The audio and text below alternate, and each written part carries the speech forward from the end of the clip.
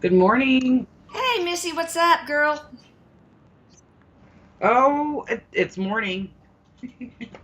Yeah, wait, what time is it over there?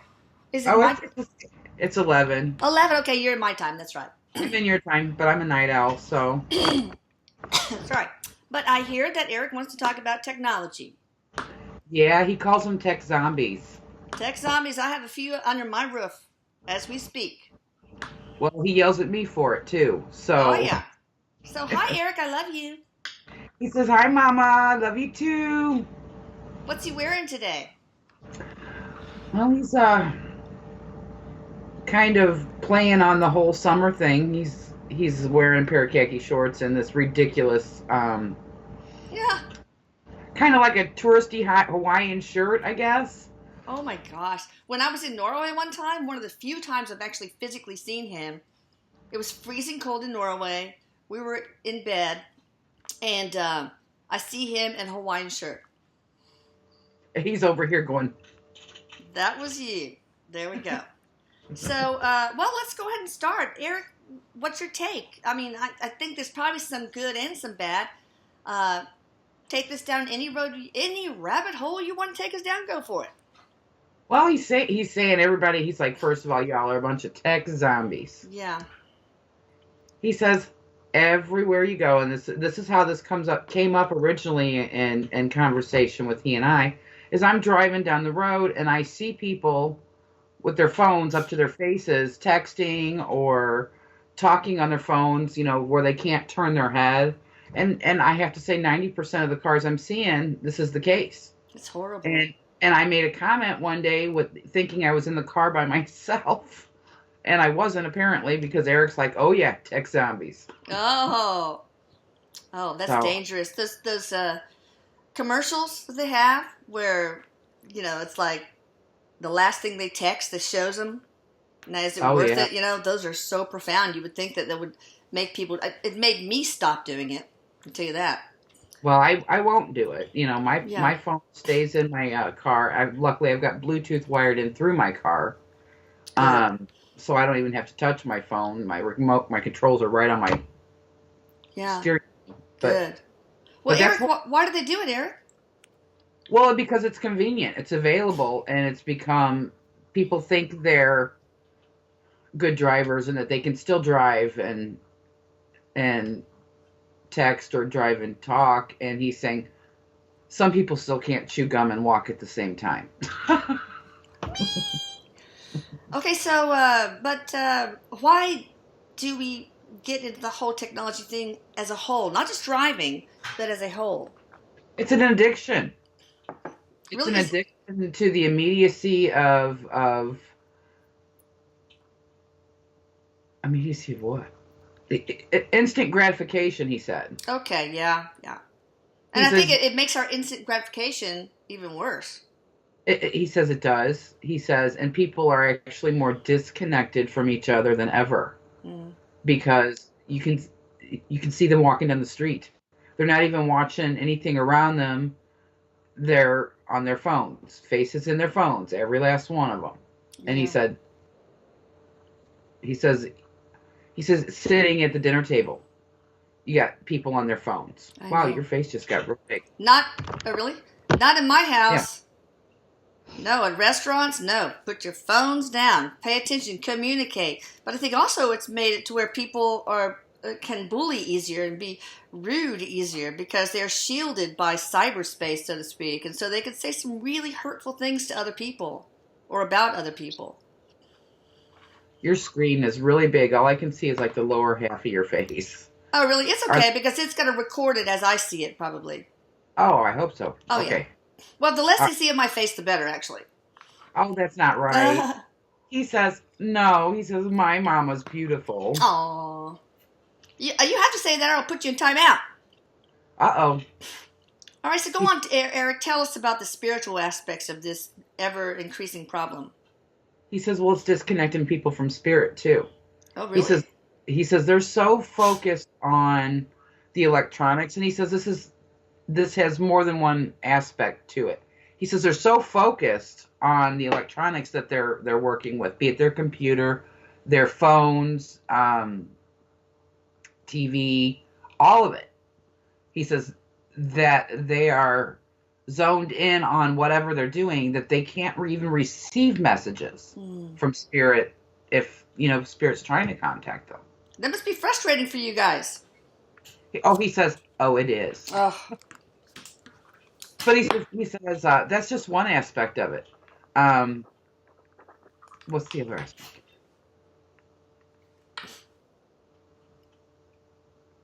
He's talking real fast. Hang on. Slow down, Erik.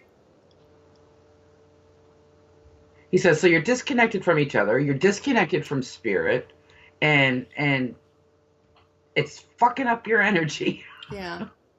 He says all that artificial electronics is messing with your energy. Yeah. And how does it mess with our energy? What do you mean? It's an energy field. It's an artificial electronic energy field, and it does affect your natural vibrations. Ooh. And what can that do short term and long term? Well, people see short term with you're going to see normal. He said, problems with the eyes. People on the computer. He says get the carpal tunnel, and you're seeing the carpal tunnel more in younger people because of the phones and the texting. And that's the physical aspects of it. As far as they've solved a lot of the problems of radiation's not the right word. I don't know.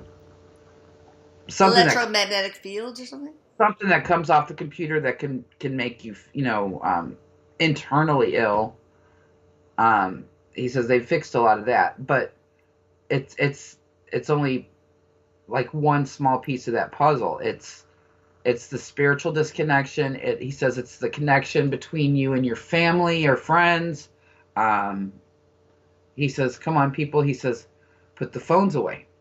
He says, and the other thing is it's dumbing people down. He says that's the double-edged sword there. He said you have the internet that you can get access to information, more information quickly, but the downside is it's harder to verify information, what's real and what's not. And he said it really fucks with your memory. How many people can't remember a phone number anymore because it's auto-programmed into their phone? I know. And that's one of the things he yelled at me about. Somebody asked me this is terrible. Somebody asked me for my daughter's phone number. I said, hang on, I got to look it up. I know. And it's just because I don't ever dial it out. And he says, nobody knows how to use a library or reference information. He's like, if something were to happen and the internet were to go away and you didn't have cell service, he says people would be so lost they would probably end up dying because they wouldn't know how to take care of themselves. Yeah, I mean, like North Korea could have a bomb that explodes, what do you call it, a dirty bomb? Whatever, that gives the EMF pulse or something, and it can completely take down our entire grid, all electronics, all, cell phones, everything. What would we do then? Maybe that would be a good thing. No, erasey. Erasey. He's like, no, technology does have very useful and very good progress that it's made. He says it's just the generally the public, has abused it. Yeah, well, we cocooned ourselves. I mean, I agree. Even in my own household, my husband and I, we eat dinner and stuff, but then after a certain point, like 8 o'clock, we go upstairs and watch Netflix instead of like communicating with each other and stuff. Before Netflix and all that, we used to sit on the couch and talk and stuff like that. So maybe we need to go back to doing that again. He says it's really important that people get out and absorb the natural energies of nature, the earth itself. Turn off your cell phones, turn off your televisions, turn off your computers, and he's like, I talked about this with Robert too. He says, get out there and play. Yeah. So he says it's creating a bad situation. What are the long-term spiritual effects? There is no real long-term spiritual effects. He says, however, what it is doing is with all slow down. Mm-hmm. With He's on a all, rant. He's on a rant now. and maybe I'm just slow and it's hard for No, me to. no. Everybody has trouble when he talks about something that he's really passionate about. He goes really fast. He's like, what? He's like, it's all this technology is also creating. Okay, that's weird, Eric. Um, Rips in the dimensions. What? Really? Um, it's all this artificial energy that it isn't natural, healthy energy. How does it? He's like, yeah. He's like, rips in the dimensions. He's like, people are seeing. He's like, some people call it the Mandela effect, Oh, okay. but it's rips in the dimension. I don't understand the whole dimension, so this might be hard for me to Wait, translate. is that the Mandela effect? Is like some people remember the Berenstain Bears children's book, and some people remember it as the Berenstein's book. Yeah, that's one of the things people are using to recognize that. Okay, so that's caused by all this unnatural tech energy. He's saying partly, yeah. He says Okay. it's, he says it's causing. Uh, he says it's causing. He's doing this thing with his arms. Erik, what are you doing? It's causing. Interpretive dancing. That's what he's doing. It's exactly Like on interpretive. Napoleon Dynamite. He's not giving me pictures. He's giving me interpretive dance. Okay. He's saying it when it creates a rift in that dimension. So therefore,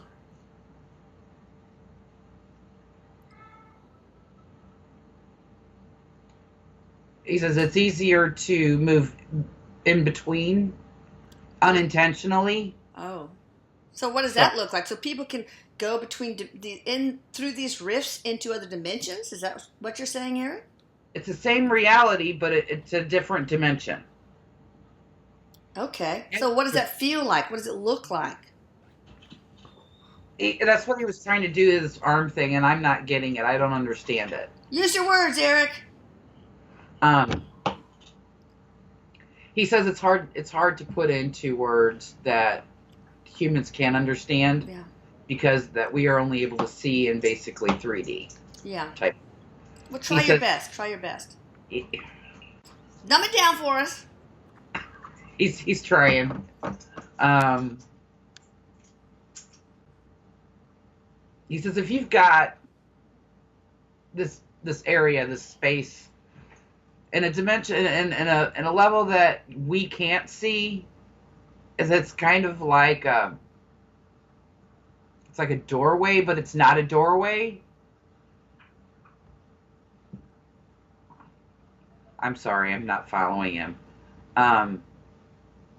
It's a doorway, but it's not a doorway Mm-hmm. that we can't see. Okay, so what happens if we accidentally go through that doorway? He says that's the thing. It's not a permanent thing. It just Yeah. it's like a pass through, Okay. but you're not. It's not like you're walking into the other dimension. It's just you quickly pass through it. Pass through And it. Okay. yeah, and he says it's bizarre, but the electronic technology that we're using. He says some people will notice it and walk around it. Well, what will And they now notice? What will they he see? says like this internal knowing, and he says they will notice it. They may not know what they're noticing, but they will avoid it. Okay, it's like if I were to walk into another dimension right now through one of those rifts, what would I see? You would see exactly what you would see really in this one. It's kind of like a parallel. Okay. Um, Except for maybe the Mandela effect going on. Okay. yes. But would it feel different? Smell different? Sound different? He says no. What's the danger in it? If we He keep says, making these riffs, if we, not staying in it, it's like a walkthrough introduction and you're right back in your own. okay, He said, he says, imagine, he's trying to explain it so it's understandable. He says, okay, imagine you've got this cloth, this fabric that is the dimension you're in.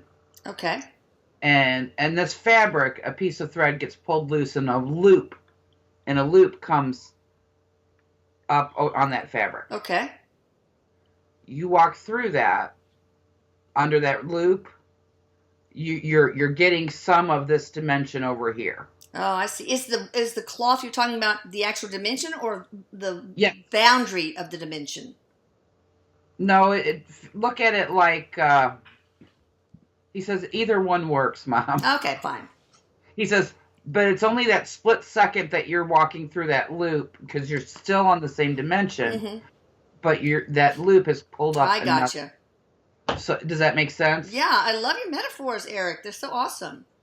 He says it's not really like you're walking into another dimension. You're walking into another dimension, but only for that split second. Yeah, exactly. Gotcha. Only while you're right under the loop. Right. Okay. Exactly. Now, what happens if we keep making these leaps and these rifts and stuff? Is there any danger in that? Well, technology is actually a good thing, except for it's being taken in the wrong directions. Okay. And I'm going to tell you, he's been introducing me to some pretty strange stuff lately. Uh-oh. Well, I shouldn't say strange because Is he it's a totally, bad influence on you? No, I'm kidding. it's just new to me. He's Okay. introducing me to a lot of new things, Mm-hmm. and he's saying a lot of the technology we have today, like for example the nuclear. He says that's reverse engineered from a UFO crash Oh, okay. from 1941 here in Missouri, Oh, wow. south of Cape Girardeau. And he said they don't have the mental capacity to understand what its original intention or its original use was. Who's they? Humans? Humans. Okay, got it. Just want to make sure. And there was a nuclear type of engine system in the crashed UFO that they tried to reverse engineer. Well, they took it in the wrong direction and weaponized it as opposed to, and then he says they even did that wrong. Oh gosh. But it has caused an increase of us being watched from from the outside, from the extraterrestrials. So, a lot of the technologies that we have now, not just the nuclear, but the fiber optics and things like that, all that comes from reverse engineering. And he says the problem is humans are not at the mental level to be able to really comprehend and do it responsibly. Probably. And do it responsibly for one, and to do it even correctly. They don't even know what they're looking at. Okay. So what is the right direction that technology should go into? He says, well, there's lots of right directions. Well, tell me a few.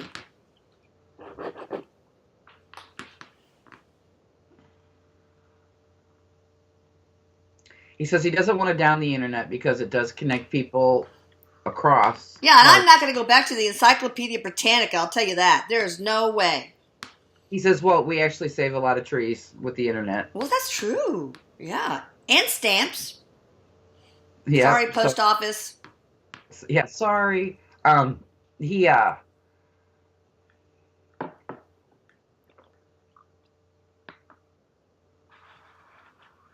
It's been taken to, he's saying it's been taken to a level of greed. What do you mean? People have definitely capitalized on it to the extent where, okay, this seems like it's going all over the place, Eric. People have capitalized on it, like some of the newer power sources, and because they enjoy that capital, they don't really allow for more green Mm-hmm. options, Mm. and green options are actually outlawed in many places. Mm. And it's all, and he says it's unbelievable how interconnected everything is in respect Oh to yeah. that. Mm. Well, why would Um, it be outlawed? The green options for what?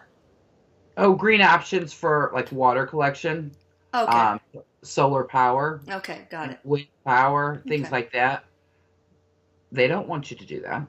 Okay. You know, power companies don't want you to do that. Mm. And everybody gets a piece of the power company. So, there's actually laws legislated in some places that you can't put up a windmill, or you can't use solar power on your house. Well, I don't You know know, that I'm that keen on wind energy because I went to some to watch some bat emergence event where these bats come out at a certain time from this old railroad tunnel, and the docent said that bats are super important because if they didn't kill like 40 moths or whatever each one of them every night, then we would not have very many crops. We wouldn't be able to grow crops. The pests, the insects would just destroy everything. And these windmills, what happens is the bats get near the tip, and it creates a vortex, like a vacuum, and they explode.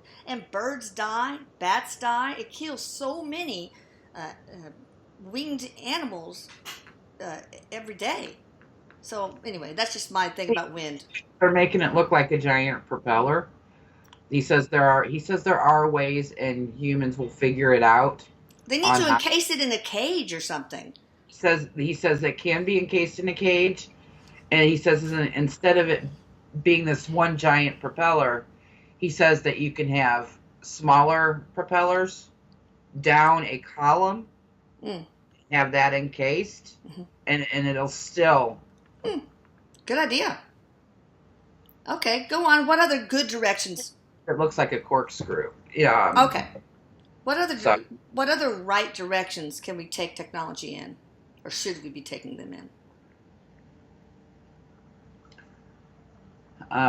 he's like, Mom. He's like, it's just too many.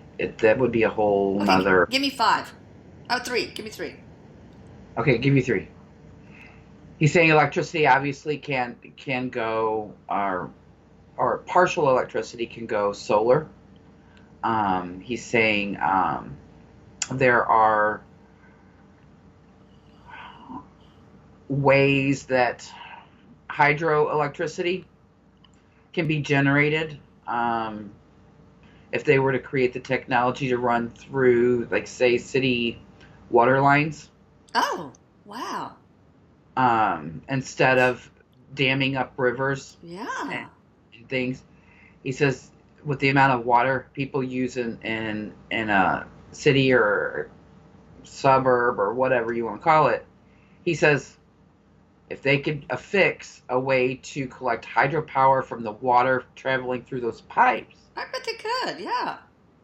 he says that's something that can be done. And would be done cheaply. All right, that's good. Anything the right direction that our technology, our cell phones and Facebooking and all this kind of stuff, being addicted to the computer, all that. Is there any right direction that we could take that?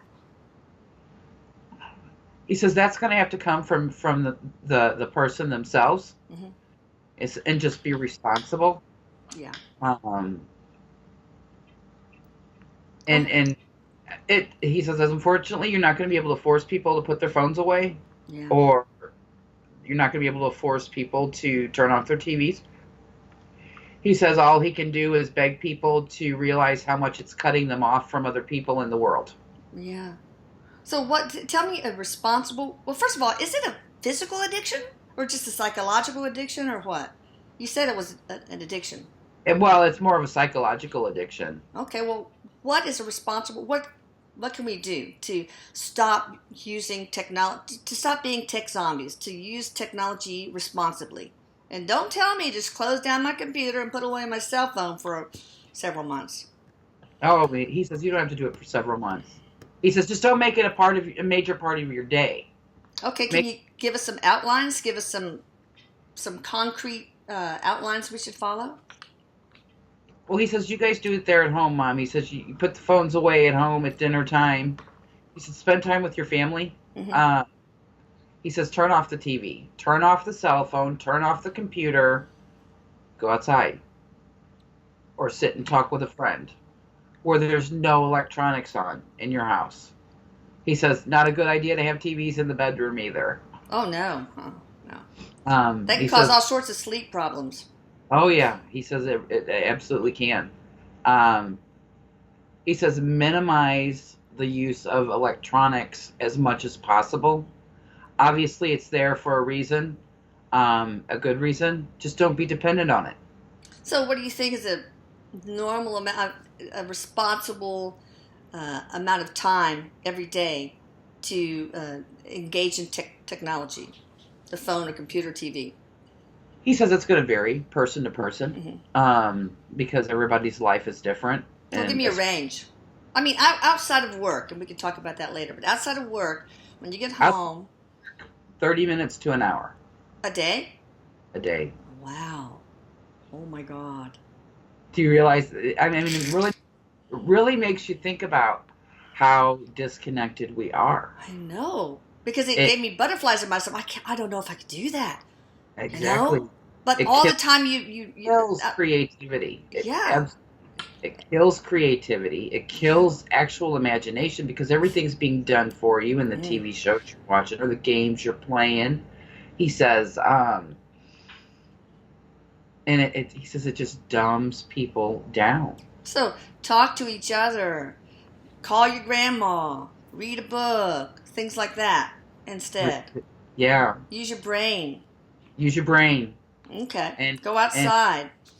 use and learn to use resources other than the phone, even if it means going. You don't want to do it Encyclopedia Britannica, but he says learn to use sources that are not necessarily electronic. Yeah. Good luck. Yeah, Go to the library. Look up and stuff. go to the library. I'm not going to do that, Eric. I'm going to go to Google University to find out things, as I long as know. the information is cited and seems intuitively seems right. That's what I'm going to do. But maybe that's what my hours, not 30 minutes, an hour, is going to be devoted to. Anyway, what about work? I mean, some people have to be. Most people actually probably have to be on a computer for work. He says, well, that's your livelihood, that's your income. Yeah.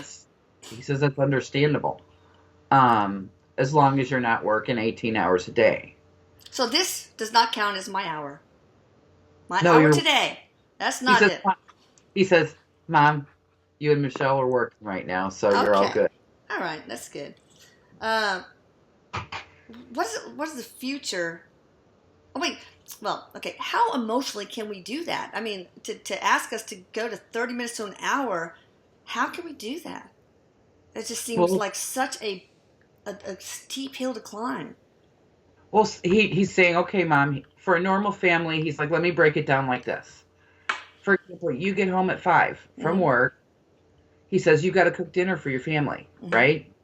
Okay, so now it's 6 o'clock. You sit down to eat with your family. Now it's 7 o'clock. You got to clean up your dinner mess. Now it's 8 o'clock. You've got to make sure the kids get their teeth brushed and make sure all that homework's done. So you sit down with them, review their homework, get them ready for bed. Spend the time with your child then. It's 9 o'clock, that child's in bed. Now you have about an hour before it's probably time that you go to bed for work the next Okay. morning. All right. He says, But so when you break it down, it's not so scary. but the key is to, like, while you're cooking, get your kids off their phone and have them help you cook and engage in conversation. If they're too little, you can sit there and, hey, sit in the chair while I'm cooking and let's talk about such and such, or let me tell you about a story when I was a kid, or things like that. Yeah.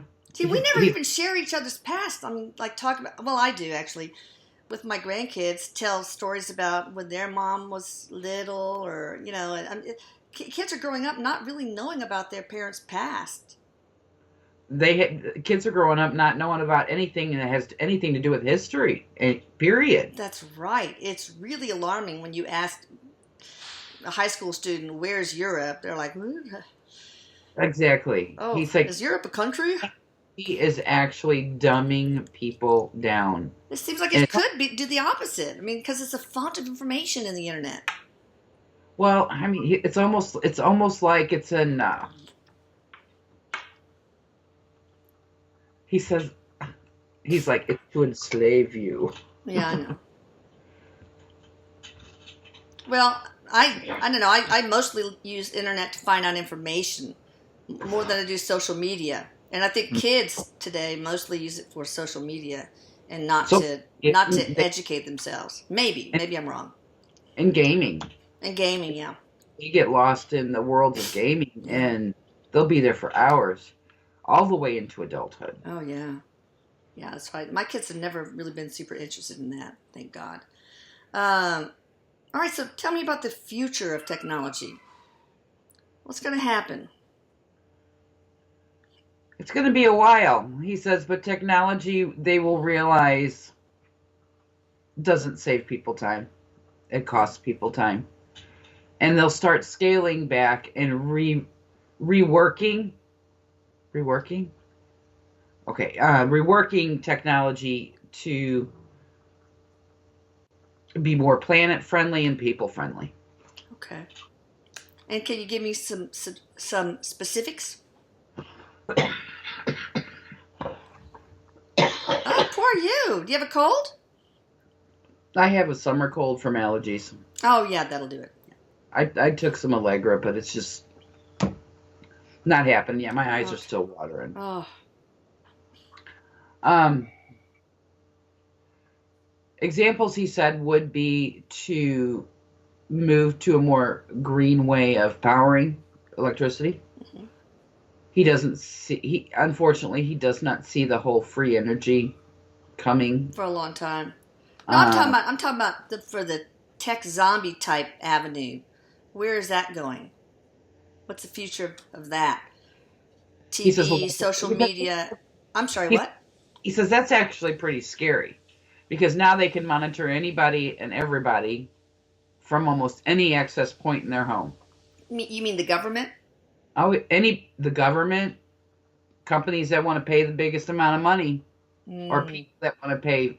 He's like, there's really not a limit. Yeah, other countries.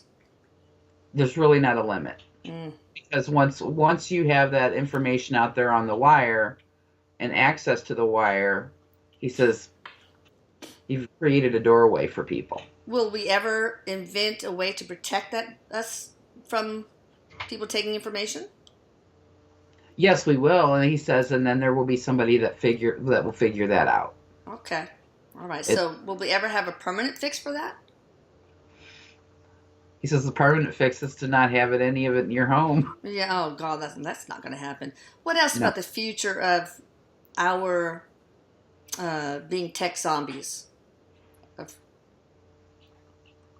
He says it can go one way or the other. He says that whole free will thing, unfortunately, has a lot to do with it. Oh, and yeah. He says part of what he wanted to talk about this for is to hopefully, at least with the blog members and things like that, is to wake them up and get them thinking about how it really affects their life. Yeah, I don't like the rifts in the dimension thing. It's kind of freaky. He says that's not going to hurt you. Okay. He says what he sees as more of, and it's not a danger like you're going to fall off a cliff kind of danger. It's not that kind of danger. He says the danger is losing the connection with your family, your friends, and yourself. Yourself, exactly. You don't have time for you don't spend any time with self-reflection. To sort of, I spend a lot of time in my own mind, and just sort of taking inventory of my inner environment. What am I doing wrong? What am I doing right? What do I need to address? Things like that. And people don't really, kids, I don't think, or people who are addicted to tech don't really do that anymore. Yeah, he says he just hopes everybody will. The only thing that the individual can do is in their own space. Yeah, is in their own actions, and he really wants people to actually take a look at. Ask yourself, if you were to lose complete power right now, could you survive? Yeah. Oh, yeah. And if the answer to that is no, what's your backup plan? Mm. You might want to start thinking about that. Because, in the process of doing that, I don't care if it's writing, you're getting an old fashioned phone book and writing your family's and friends' phone numbers in there. Yeah. If your cell phone dies, you don't have to go, oh my gosh, I don't know their number, because no. Of course, their phones probably won't work. True. And now they don't even have regular landlines anymore. Everything's run through cable system. That's true. So if your cable goes out, your phone goes out. That's true. So, we go back to a very simple life, which sometimes sounds kind of nice to me. He says there's nothing wrong with simple. Yeah. So really, we should every day spend time connecting to our loved ones, connecting to nature, and connecting to self. Exactly. Put that on y'all's to-do list. But that 1 hour, 30 minutes or an hour you have with technology, you can use for reading the Channeling Erik blog and watching our YouTube videos. And that's it. I'm kidding. He says he touches on it a lot with everybody, with all the people that translate for him. He's like, Kim talks about it a lot too. He says, be present in your moment. Yeah. He says you don't realize how important that is. Yeah, because when we're doing social media or browsing, going through looking up things on the internet, I guess we're not present, are we? Where are we? You're sending your energy all. He says, Mom, when people do that, they're sending their energy all over the place. Oh, yeah. Oh, okay.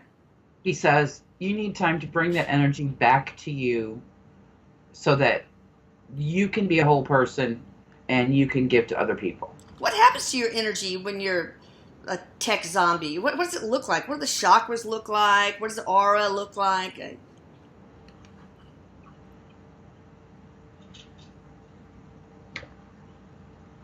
He says, well, it ain't pretty.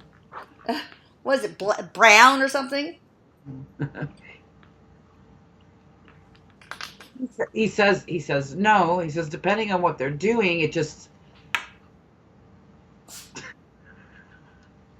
Uh-oh, what did he say? He's like, if you can imagine an egg, and you crack the egg, and they are the yolk sitting there, but then you got this splatter of egg white everywhere. He says that egg white just goes all over the place. Mm-hmm. That's funny. I just don't understand how it's relevant. So what happens to your chakras? Do any chakras get adversely affected? Like your root chakra, your heart chakra, your crown chakra? He's still trying to teach me about the chakra. So he says, you totally get out of balance. Okay. He says you do totally get out of balance.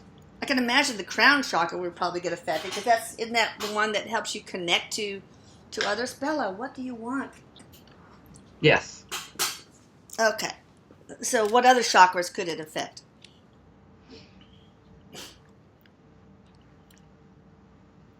He says, in truth, it affects them all. Oh, yeah. Okay. Does it make them more flow less or smaller or bigger or? It's like he says it does everything. He kind of pulls them like all out of space. Okay. Pulls them out of line, and then you don't have a natural flow. Okay, so when we have our hour of allotted tech, what can we do to bring those chakras back, our energy, make it balanced and whole again? When you have your hour? I'm sorry. After we finish with our technology and our egg whites are all over the walls and everything. He says take your few minutes to meditate. Oh, okay. And pull all that energy back to you. Okay. He says some people like to take a bath. Mm-hmm. He says that's very grounding. I hear that water is really grounding. He says take a salt bath. Like Epsom salt? You could use Epsom salt, sea salt. Oh, okay. Okay. Aromatherapy of any sort? That would be yeah. Yeah. I would think the woody scents like cedar and frankincense and things like that would be. Some of those you got to be careful putting in your bath water. Oh no, I'm talking about just smelling it. Yeah. Hi, Easton. My grandbaby just wandered in here. Yeah. He's supposed to be watched while. Come here. Come here. He says sandalwood is actually a really good essential oil. Oh, okay, okay. For fragrance. Clary sage Oh, yeah, okay. is actually a good one to open your third eye. Okay. And lavender is a good one to create muscle relaxation and promote health. That's one of my favorites. Here's Easton. Say hi to the YouTube people out there. Hello, Easton. Arlene, say hi to everybody out there. And to Michelle. Oh, you're hiding? You're hiding? Okay. I saw her as she ran back there, though. But anyway, anything else you want to talk to us about us being tech zombies? He says, no, Mama. He says, I just want everybody to know that they could be more connected to other people and that they could be more connected with nature and spirit if they didn't have their energy so tied up in technology. Okay. All right. Well, thank you, Michelle. And okay, she's showing us something. What does it say? Oh, it says hi. Hi. That's Arlene. Okay. It said hi back. All right. I love you, Erik. Love you too, Mama. Thank you, Michelle. Thank you. And how can they get in touch with you? I'm at themidwestmedium.com. Anything you want to share about yourself and your services? I offer on my website. There is on the appointments page. You can book a session right there on my page. I have a scheduler there. I haven't had any problems with it. I have a testimonials page. If you have questions, you can see what other people have said. I hope I have a lot of information on there. I hope to put more information on there soon. Awesome. I've been thinking about a blog on my site. Good. Well, she's awesome, guys. Give her a shot. I've been staying busy. That's the good thing. So before she gets booked up for years, guys. Uh-oh. That says Erik farted. Erik, she called you out. Can you take care of him, baby? All right. Bye, everybody. Bye-bye. See you later. Erik says, bye, everybody. Love you, Erik. Love you too, Mama. ¡Prepárate!